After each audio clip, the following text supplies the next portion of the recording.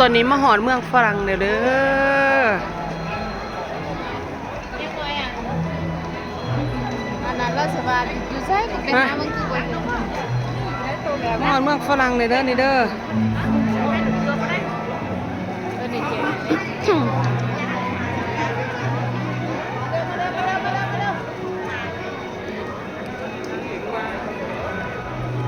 ไปดิโมโรนักกู้ด้วยชาวนี้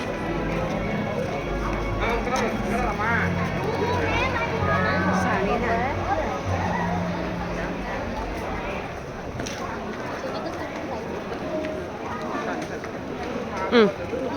กันเนาะฝากแล้วกันเนาะ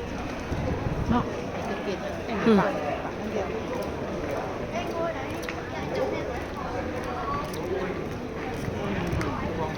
ของกินมาเลย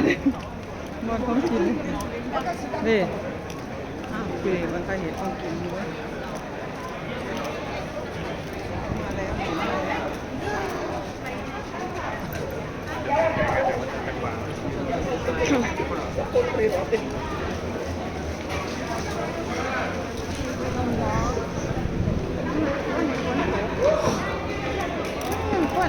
ทัวร์ดูก็จะมาอยู่ดีเด้อ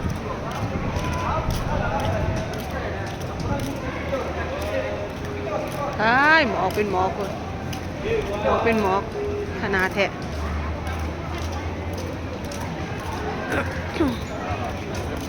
สมมติว่าอยู่เมืองฝรั่งนอนได้ไปเด้อได้ไปแล้วเกิดว่าวันเจ้าหาเตปียุ่นนะว่าใส่มาหาไปกระเห็นเลย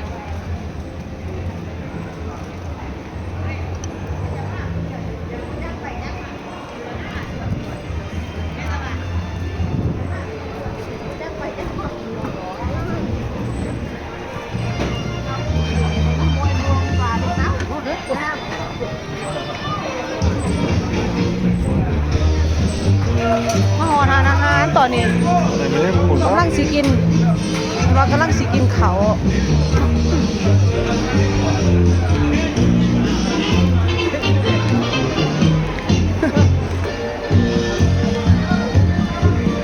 คนหลายหลาย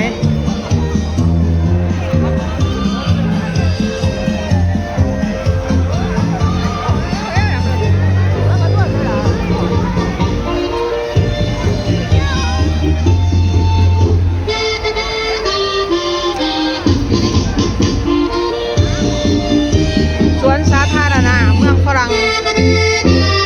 อเมืองฝรั่งเด้อ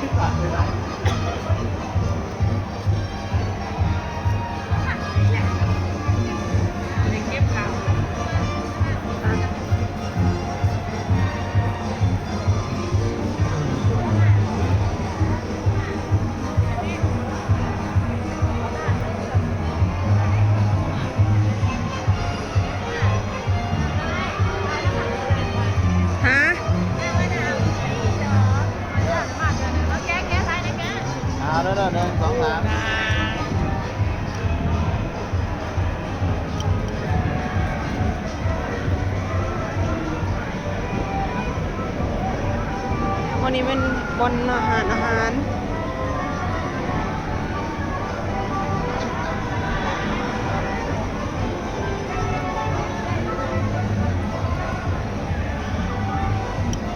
ตอนนี้กำลังสิยามไปกินเขาเนาะ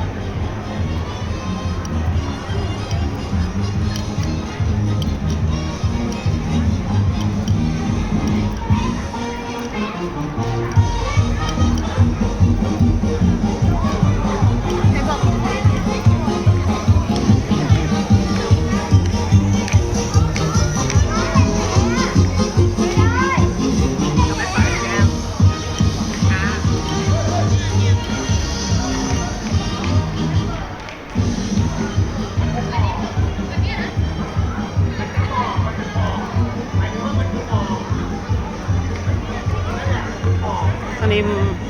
นี่เป็นบอลชิงสาบ่เล็กหน่อยดิน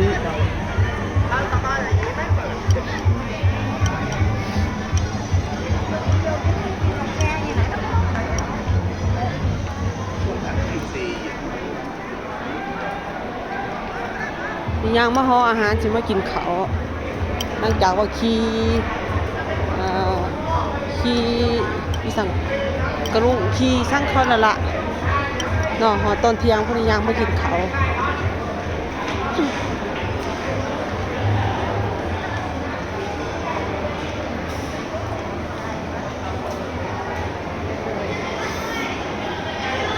อาหารคือสิเป็นตาแซ่บ